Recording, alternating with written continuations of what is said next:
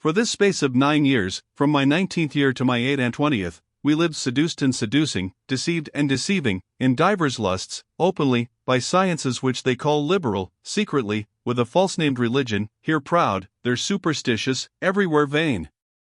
Here, hunting after the emptiness of popular praise, down even to theatrical applauses, and poetic prizes, and strifes for grassy garlands, and the follies of shows, and the intemperance of desires. There, desiring to be cleansed from these defilements, by carrying food to those who were called elect and holy, out of which, in the workhouse of their stomachs, they should forge for us angels and gods, by whom we might be cleansed. These things did I follow, and practice with my friends, deceived by me, and with me. Let the arrogant mock me, and such as have not been, to their soul's health, stricken and cast down by thee, O my God, but I would still confess to thee mine own shame and thy praise. Suffer me, I beseech thee, and give me grace to go over in my present remembrance the wanderings of my forepast time, and to offer unto thee the sacrifice of thanksgiving. For what am I to myself without thee, but a guide to mine own downfall? Or what am I even at the best, but an infant sucking the milk thou givest, and feeding upon thee, the food that perisheth not? But what sort of man is any man, seeing he is but a man? Let now the strong and the mighty laugh at us, but let us poor and needy confess unto thee. In those years I taught rhetoric, and, overcome by cupidity, made sale of a loquacity to overcome by. Yet I preferred, Lord, thou knowest, honest scholars, as they are accounted, and these I, without artifice, taught artifices, not to be practiced against the life of the guiltless, though sometimes for the life of the guilty. And thou, O God, from afar perceivest me stumbling in that slippery course, and amid much smoke sending out some sparks of faithfulness, which I showed in that my guidance of such as loved vanity, and sought after leasing, myself their companion. In those years I had one, not in that which is called lawful marriage, but whom I had found out in a wayward passion, void of understanding, yet but one, remaining faithful even to her, in whom I in my own case experienced what difference there is betwixt the self-restraint of the marriage covenant, for the sake of issue, and the bargain of a lustful love, where children are born against their parents' will, although, once born, they constrain love. I remember also, that when I had settled to enter the lists for a theatrical prize, some wizard asked me what I would give him to win, but I, detesting and abhorring such foul mysteries, answered, though the garland were of imperishable gold, I would not suffer a fly to be killed to gain me it. For he was to kill some living creatures in his sacrifices, and by those honors to invite the devils to favor me. But this also I rejected, not out of a pure love for thee, O God of my heart, for I knew not how to love thee, who knew not how to conceive aught beyond a material brightness. And doth not a soul, sighing after such fictions, commit fornication against thee, trust in things unreal, and feed the wind? Still I would not forsooth have sacrifices offered to devils for me, to whom I was sacrificing myself by that superstition. For what else is it to feed the wind, but to feed them, that is by going astray to become their pleasure and derision? Those impostors then, whom they style mathematicians, I consulted without scruple, because they seem to use no sacrifice, nor to pray to any spirit for their divinations, which art, however, Christian and true piety consistently rejects and condemns. For, it is a good thing to confess unto thee, and to say, Have mercy upon me, heal my soul, for I have sinned against thee, and not to abuse thy mercy for a license to sin, but to remember the Lord's words, Behold, thou art made whole, sin no more, lest a worse thing come unto thee.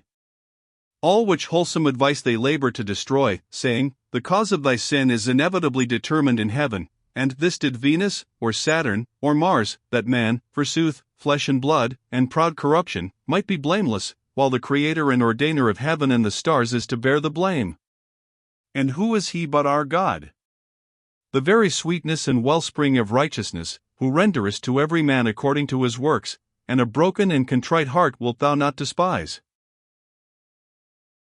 There was in those days a wise man, very skillful in physic, and renowned therein, who had with his own proconsular hand put the agonistic garland upon my distempered head, but not as a physician, for this disease thou only curest, who resistest the proud, and givest grace to the humble. But didst thou fail me even by that old man, or forbear to heal my soul?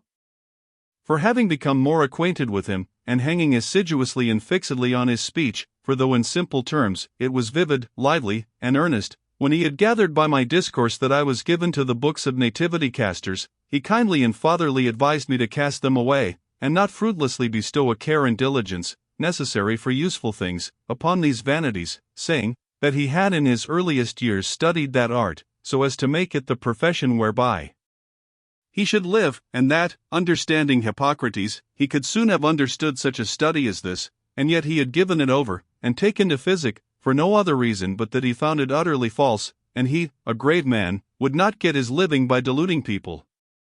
But thou, saith he, hast rhetoric to maintain thyself by, so that thou followest this of free choice, not of necessity. The more then oughtest thou to give me credit herein, who labored to acquire it so perfectly as to get my living by it alone.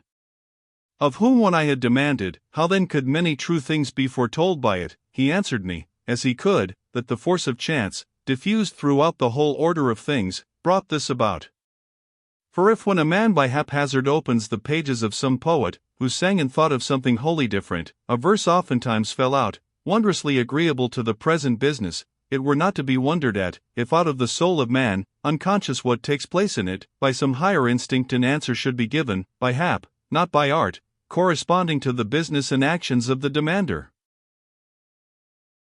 And thus much, either from or through him, thou conveyedst to me, and tracedst in my memory, what I might hereafter examine for myself. But at that time neither he, nor my dearest Nebridius, a youth singularly good and of a holy fear, who derided the whole body of divination, could persuade me to cast it aside, the authority of the authors swaying me yet more, and as yet I had found no certain proof, such as I sought, whereby it might without all doubt appear, that what had been truly foretold by those consulted was the result of haphazard, not of the art of the stargazers. In those years when I first began to teach rhetoric in my native town, I had made one my friend, but too dear to me, from a community of pursuits, of mine own age, and, as myself, in the first opening flower of youth. He had grown up of a child with me, and we had been both schoolfellows and playfellows.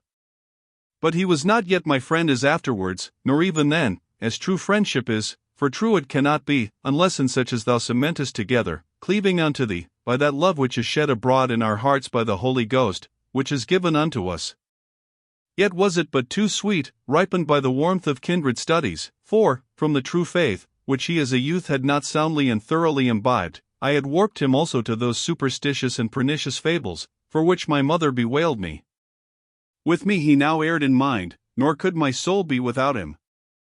But behold, thou wert close on the steps of thy fugitives, at once God of vengeance, and fountain of mercies, turning us to thyself by wonderful means. Thou tookest that man out of this life, when he had scarce filled up one whole year of my friendship, sweet to me above all sweetness of that my life. Who can recount all thy praises, which he hath felt in his one self? What didst thou then, my God, and how unsearchable is the abyss of thy judgments? For long, sore sick of a fever, he lay senseless in a death sweat, and his recovery being despaired of, he was baptized, unknowing, myself meanwhile little regarding, and presuming that his soul would retain rather what it had received of me, not what was wrought on his unconscious body. But it proved far otherwise, for he was refreshed and restored. Forthwith, as soon as I could speak with him, and I could, so soon as he was able, for I never left him, and we hung but too much upon each other, I essayed to jest with him, as though he would jest with me at that baptism which he had received, when utterly absent in mind and feeling, but had now understood that he had received. But he so shrunk from me, as from an enemy, and with a wonderful and sudden freedom bade me, as I would continue his friend, forbear such language to him. I, all astonished and amazed, suppressed all my emotions till he should grow well, and his health were strong enough for me to deal with him as I would. But he was taken away from my frenzy, that with thee he might be preserved for my comfort. A few days after in my absence, he was attacked again by the fever, and so departed.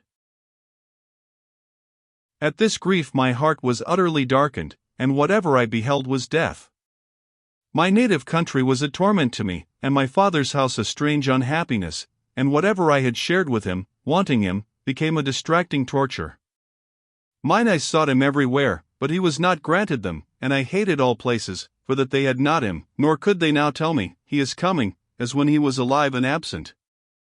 I became a great riddle to myself, and I asked my soul, why she was so sad, and why she disquieted me sorely, but she knew not what to answer me. And if I said, Trust in God, she very rightly obeyed me not, because that most dear friend, whom she had lost, was, being man, both truer and better than that phantasm she was bid to trust in. Only tears were sweet to me, for they succeeded my friend, in the dearest of my affections. And now, Lord, these things are passed by, and time hath assuaged my wound. May I learn from thee, who art truth, and approach the ear of my heart unto thy mouth, that thou mayest tell me why weeping is sweet to the miserable?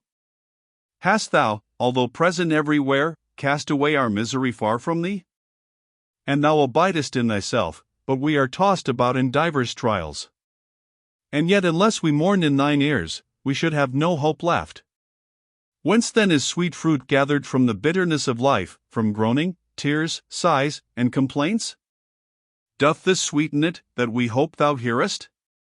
This is true of prayer, for therein is a longing to approach unto thee. But is it also in grief for a thing lost, and the sorrow wherewith I was then overwhelmed? For I neither hoped he should return to life nor did I desire this with my tears, but I wept only and grieved. For I was miserable, and had lost my joy. Or is weeping indeed a bitter thing, and for very loathing of the things which we before enjoyed, does it then, when we shrink from them, please us? But what speak I of these things? For now is no time to question, but to confess unto thee. Wretched I was, and wretched is every soul bound by the friendship of perishable things. He is torn asunder when he loses them, and then he feels the wretchedness which he had ere yet he lost them. So was it then with me. I wept most bitterly, and found my repose in bitterness. Thus was I wretched, and that wretched life I held dearer than my friend.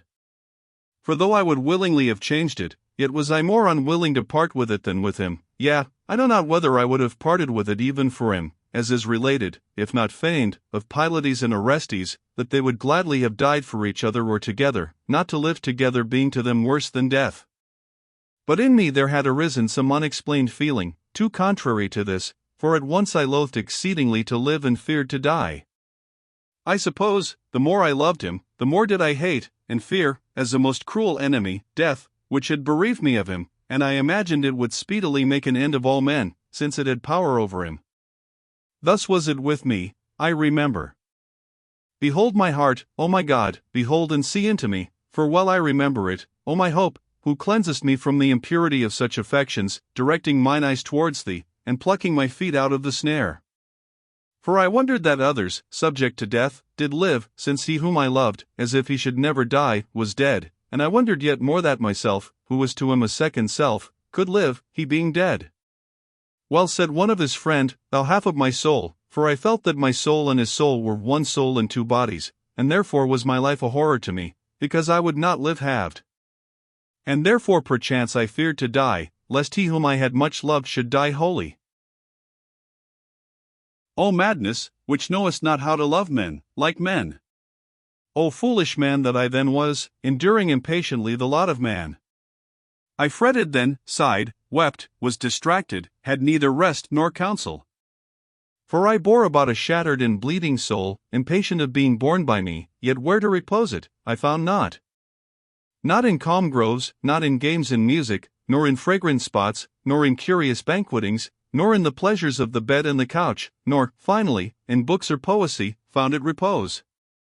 All things looked ghastly, yea, the very light, whatsoever was not what he was revolting and hateful, except groaning and tears. For in those alone found I a little refreshment. But when my soul was withdrawn from them, a huge load of misery weighed me down. To thee, O Lord, it ought to have been raised, for thee to lighten, I knew it, but neither could nor would, the more, since, when I thought of thee, thou wert not to me any solid or substantial thing. For thou wert not thyself, but a mere phantom, and my error was my God. If I offered to discharge my load thereon, that it might rest, it glided through the void, and came rushing down again on me, and I had remained to myself a hapless spot, where I could neither be, nor be from thence. For whither should my heart flee from my heart? Whither should I flee from myself? Whither not follow myself? And yet I fled out of my country, for so should mine eyes less look for him, where they were not wont to see him. And thus from Thagast I came to Carthage. Times lose no time, nor do they roll idly by. Through our senses they work strange operations on the mind. Behold, they went and came day by day, and by coming and going, introduced into my mind other imaginations and other remembrances, and little by little patched me up again with my old kind of delights, unto which that my sorrow gave way. And yet there succeeded, not indeed other griefs, yet the causes of other griefs. For whence had that former grief so easily reached my very inmost soul, but that I had poured out my soul upon the dust, in loving one that must die, as if he would never die?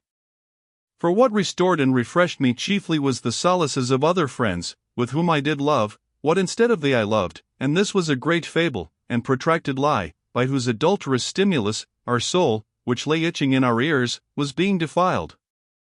But that fable would not die to me, so oft as any of my friends died.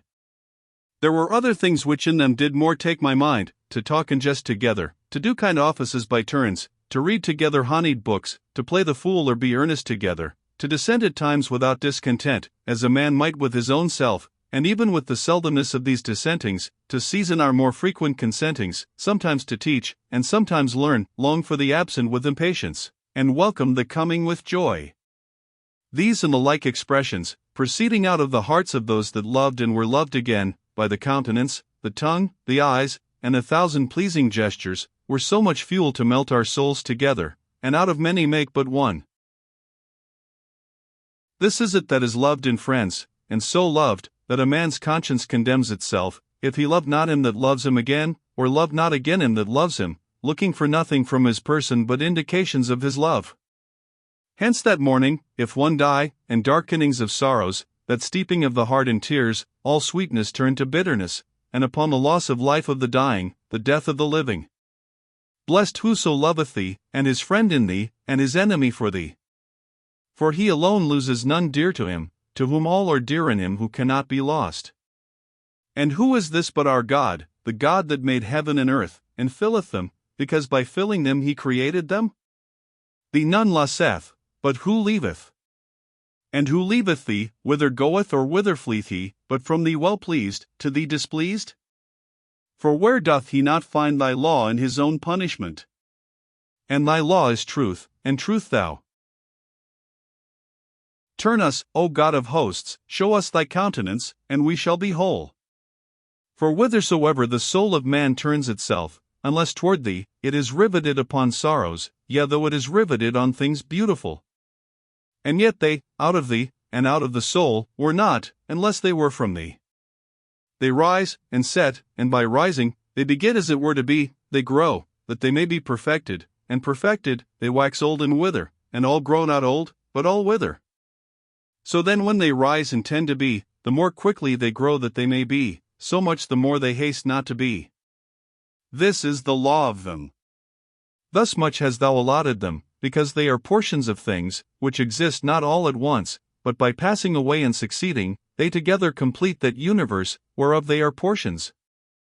And even thus is our speech completed by signs giving forth a sound, but this again is not perfected unless one word pass away when it hath sounded its part, that another may succeed. Out of all these things let my soul praise thee, O God, Creator of all, yet let not my soul be riveted unto these things with the glue of love, through the senses of the body. For they go whither they were to go, that they might not be, and they rend her with pestilent longings, because she longs to be, yet loves to repose in what she loves. But in these things is no place of repose, they abide not, they flee, and who can follow them with the senses of the flesh? Yea, who can grasp them, when they are hard by? For the sense of the flesh is slow, because it is the sense of the flesh, and thereby is it bounded. It sufficeth for that it was made for, but it sufficeth not to stay things running their course from their appointed starting place to the end appointed. For in thy word, by which they are created, they hear their decree, hence and hitherto. Be not foolish, O my soul, nor become deaf in the ear of thine heart with the tumult of thy folly. Hearken thou too. The word itself calleth thee to return, and there is the place of rest imperturbable, where love is not forsaken, if itself forsaketh not. Behold, these things pass away, that others may replace them, and so this lower universe be completed by all his parts. But do I depart any whither? Saith the word of God. There fix thy dwelling, trust there whatsoever thou hast thence, O my soul, at least now thou art tired out with vanities. Entrust truth, whatsoever thou hast from the truth, and thou shalt lose nothing, and thy decay shall bloom again, and all thy diseases be healed, and thy mortal parts be reformed and renewed, and bound around thee, nor shall they lay thee whither themselves to sand, but they shall stand fast with thee, and abide forever before God, who abideth, and standeth fast forever. Why then be perverted and follow thy flesh? Be it converted and follow thee. Whatever by her thou hast sense of, is in part, and the whole, whereof these are parts, thou knowest not, and yet they delight thee. But had the sense of thy flesh a capacity for comprehending the whole, and not itself also, for thy punishment, been justly restricted to a part of the whole, thou wouldest, that whatsoever existeth at this present, should pass away, that so the whole might better please thee. For what we speak also, by the same sense of the flesh thou hearest, yet wouldest not thou have the syllable stay, but fly away, that others may come, and not hear the whole. And soever, when any one thing is made up of many, all of which do not exist together, all collectively would please more than they do severally, could all be perceived collectively. But far better than these is he who made all, and he is our God, nor doth he pass away, for neither doth aught succeed him. If bodies please thee, praise God on occasion of them, and turn back thy love upon their Maker, lest in these things which please thee, thou displease. If souls please thee, be they loved in God, for they too are mutable, but in him are they firmly stablished, else would they pass, and pass away. In him then be they beloved, and carry unto him along with thee what souls thou canst, and say to them, Him let us love, him let us love, he made these, nor is he far off. For he did not make them, and so depart, but they are of him, and in him. See there he is, where truth is loved. He is within the very heart, yet hath the heart strayed from him. Go back into your heart, ye transgressors, and cleave fast to him that made you. Stand with him, and ye shall stand fast. Rest in him, and ye shall be at rest. Whither go ye in rough ways? Whither go ye? The good that you love is from him, but it is good and pleasant through reference to him, and justly shall it be embittered, because unjustly is anything loved which is from him, if he be forsaken for it. To what end then would ye still and still walk these difficult and toilsome ways? There is no rest, where ye seek it. Seek what ye seek, but it is not there where ye seek. Ye seek a blessed life in the land of death, it is not there. For how should there be a blessed life where life itself is not? But our true life came down hither, and bore our death, and slew him, out of the abundance of his own life, and he thundered, calling aloud to us to return hence to him into that secret place, whence he came forth to us, first into the Virgin's womb, wherein he espoused the human creation, our mortal flesh, that it might not be forever mortal, and thence like a bridegroom coming out of his chamber, rejoicing as a giant to run his course. For he lingered not, but ran, calling aloud by words, deeds, death, life, descent, ascension, crying aloud to us to return unto him. And he departed from our eyes, that we might return into our heart, and there find him. For he departed, and lo, he is here. He would not be long with us, yet left us not, for he departed thither, whence he never parted, because the world was made by him. And in this world he was, and into this world he came to save sinners, unto whom my soul confesseth, and he healeth it, for it hath sinned against him. O ye sons of men, how long so slow of heart? Even now, after the descent of life to you, will ye not ascend and live? But whither ascend ye, when ye are on high, and set your mouth against the heavens? Descend, that ye may ascend, and ascend to God. For ye have fallen, by ascending against him. Tell them this, that they may weep in the valley of tears, and so carry them up with thee unto God, because out of his Spirit thou speakest thus unto them, if thou speakest, burning with the fire of charity.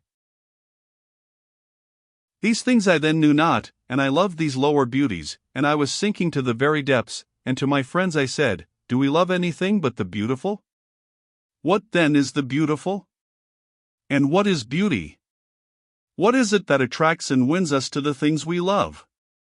For unless there were in them a grace and beauty, they could by no means draw us unto them. And I marked and perceived that in bodies themselves, there was a beauty, from their forming a sort of whole, and again, another from apt in mutual correspondence, as of a part of the body with its whole, or a shoe with a foot, and the like.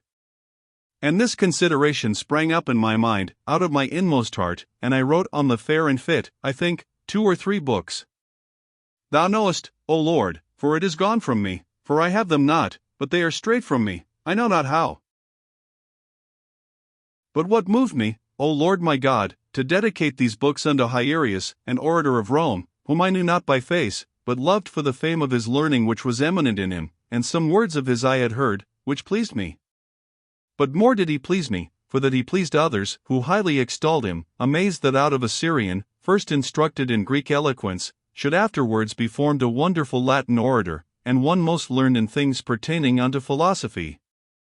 One is commended, and, unseen, he is loved. Doth this love enter the heart of the hearer from the mouth of the commender? Not so. But by one who loveth is another kindled. For hence he is loved who is commended, when the commender is believed to extol him with an unfeigned heart, that is, when one that loves him, praises him. For so did I then love men, upon the judgment of men, not thine, O my God, in whom no man is deceived. But yet why not for qualities, like those of a famous charioteer, or fighter with beasts in the theatre, known far and wide by a vulgar popularity, but far otherwise, and earnestly, and so as I would be myself commended? For I would not be commended or loved, as actors are, though I myself did commend and love them, but had rather be unknown, than so known, and even hated, than so loved. Where now are the impulses to such various and divers kinds of loves laid up in one soul? Why, since we are equally men, do I love in another what, if I did not hate, I should not spurn and cast from myself? For it holds not, that as a good horse is loved by him, who would not, though he might, be that horse, therefore the same may be said of an actor, who shares our nature. Do I then love in a man, what I hate to be, who am a man? Man himself is a great deep, whose very hairs thou numberest, O Lord, and they fall not to the ground without thee. And yet are the hairs of his head easier to be numbered than his feelings, and the beatings of his heart. But that orator was of that sort whom I loved, as wishing to be myself such, and I erred through a swelling pride, and was tossed about with every wind, but yet was steered by thee, though very secretly. And whence do I know, and whence do I confidently confess unto thee, that I had loved him more for the love of his commenders, than for the very things for which he was commended? Because, had he been unpraised, and these selfsame men had dispraised him, and with dispraise and contempt told the very same things of him, I had never been so kindled and excited to love him. And yet the things had not been other, nor he himself other, but only the feelings of the relators. See where the impotent soul lies alone, that is not yet stayed up by the solidity of truth. Just as the gales of tongues blow from the breast of the opinionative, so is it carried this way and that, driven forward and backward, and the light is overclouded to it, and the truth unseen. And lo, it is before us. And it was to me a great matter, that my discourse and labors should be known to that man, which should he approve, I were the more kindled, but if he disapproved, my empty heart, void of thy solidity, had been wounded. And yet the fair and fit, whereon I wrote to him, I dwelt on with pleasure, and surveyed it, and admired it, though none joined therein. But I saw not yet, whereon this weighty matter turned in thy wisdom, O thou omnipotent, who only doest wonders, and my mind ranged through corporeal forms, and fair, I defined and distinguished what is so in itself, and fit, whose beauty is in correspondence to some other thing, and this I supported by corporeal examples. And I turned to the nature of the mind, but the false notion which I had of spiritual things, let me not see the truth. Yet the force of truth did of itself flash into mine eyes, and I turned away my panting soul from incorporeal substance to lineaments, and colors, and bulky magnitudes. And not being able to see these in the mind, I thought I could not see my mind. And whereas in virtue I loved peace, and in viciousness I abhorred discord, in the first I observed a unity, but in the other, a sort of division. And in that unity I conceived the rational soul, and the nature of truth and of the chief good to consist, but in this division I miserably imagined there to be some unknown substance of irrational life, and the nature of the chief evil, which should not only be a substance, but real life also, and yet not derived from thee, O my God, of whom are all things. And yet that first I call a monad, as it had been a soul without sex, but the latter a duad, anger, in deeds of violence, and in flagitiousness, lust, not knowing whereof I spake. For I had not known or learned that neither was evil a substance, nor our soul a chief and unchangeable good. For as deeds of violence arise, if that emotion of the soul be corrupted, whence vehement action springs, stirring itself insolently and unrulily, and lusts, when that affection of the soul is ungoverned, whereby carnal pleasures are drunk in, so do errors and false opinions defile the conversation, if the reasonable soul itself be corrupted, as it was then in me, who knew not that it must be enlightened by another light, that it may be partaker of truth, seeing itself as not that nature of truth. For thou shalt light my candle, O Lord my God, thou shalt enlighten my darkness, and of thy fullness have we all received, for thou art the true light that lighteth every man that cometh into the world, for in thee there is no variableness, neither shadow of change. But I pressed towards thee, and was thrust from thee, that I might taste of death, for thou resistest the proud. But what prouder, than for me with a strange madness to maintain myself to be that by nature which thou art? For whereas I was subject to change, so much being manifest to me, my very desire to become wise, being the wish of worse to become better, it chose I rather to imagine thee subject to change, and myself not to be that which thou art. Therefore I was repelled by thee, and thou resistedst my vain stiff-neckedness, and I imagined corporeal forms, and, myself flesh, I accused flesh, and, a wind that passeth away, I returned not to thee, but I passed on and on to things which have no being, neither in thee, nor in me, nor in the body. Neither were they created for me by thy truth, but by my vanity devised out of things corporeal. And I was wont to ask thy faithful little ones, my fellow citizens, from whom, unknown to myself, I stood exiled, I was wont, prating and foolishly, to ask them, why then doth the soul err which God created? But I would not be asked, why then doth God err? And I maintained that thy unchangeable substance did err upon constraint, rather than confess that my changeable substance had gone astray voluntarily, and now, in punishment, lay in error. I was then some 6 or 27 years old when I wrote those volumes, revolving within me corporeal fictions, buzzing in the ears of my heart, which I turned, O sweet truth, to thy inward melody, meditating on the fair and fit, and longing to stand and hearken to thee, and to rejoice greatly at the bridegroom's voice, but could not, for by the voices of mine own errors, I was hurried abroad, and through the weight of my own pride, I was sinking into the lowest pit. For thou didst not make me to hear joy and gladness, nor did the bones exult which were not yet humbled. And what did it profit me, that scarce 20 years old, a book of Aristotle, which they call the 10 Predicaments, falling into my hands, on whose very name I hung, as on something great and divine, so often as my rhetoric master of Carthage, and others, accounted learned, mouthed it with cheeks bursting with pride, I read and understood it unaided? And on my conferring with others, who said that they scarcely understood it with very able tutors, not only orally explaining it, but drawing many things in sand, they could tell me no more of it than I had learned, reading it by myself.